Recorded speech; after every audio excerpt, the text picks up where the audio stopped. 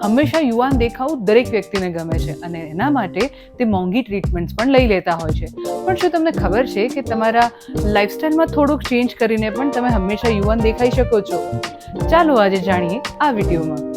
Collagen નામનું element આપણી ત્વચાની ઇલાસ્ટિસિટી અને ફર્મનેસ જાળવી રાખવામાં મદદ કરે છે અને 25 વર્ષની ઉંમર પછી તેનું ઉત્પાદન શરીરમાં ઘટી જાય છે, જેના કારણે ત્વચા પર રિંકલ્સ એટલે કે કરચલીઓ જોવા મળે છે.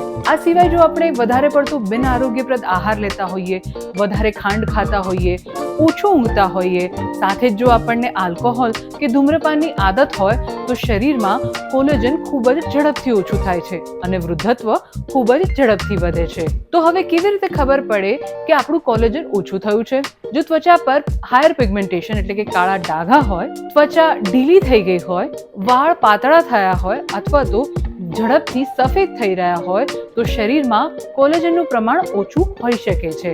આ ઘટતા કોલેજનને આપણે આહારથી બેલેન્સ કરી શકીએ છીએ. આપણે આહારમાં એન્ટીઓક્સિડન્ટ, મિનરલ્સ અને વિટામિન્સથી ભરપૂર પ્લાન્ટ બેઝડ આહાર લેવાનો છે. તો ચાલો હવે જાણીએ એન્ટી એજિંગ ખોરાક વિશે. સૌથી પહેલા વાત કરીશું એલોવેરા વિશે. એલોવેરા એન્ટી એજન્ટ્સથી ભરપૂર હોય છે. જો કે તેને સવારે ખાલી પેટ લેવાથી સૌથી વધારે ફાયદો થાય છે. બ્રોકોલી અને કોબી જેવા શાક પણ એન્ટીઓક્સિડન્ટથી ભરપૂર હોય છે. આ ઉપરાંત મશરૂમ પણ એન્ટીઓક્સિડન્ટથી ભરપૂર હોય છે. જો કે તેને વ્યવસ્થિત રીતે રાંધીને ખાવું જોઈએ, નહીં તો તે કેટલાક લોકોમાં એલર્જી ઉત્પન્ન કરી શકે છે. આમળામાં વિટામિન સી ભરપૂર પ્રમાણમાં હોય છે. સાથે જ તેમાં એક યુનિક એન્ટી એજિંગ પ્રોપર્ટી પણ છે.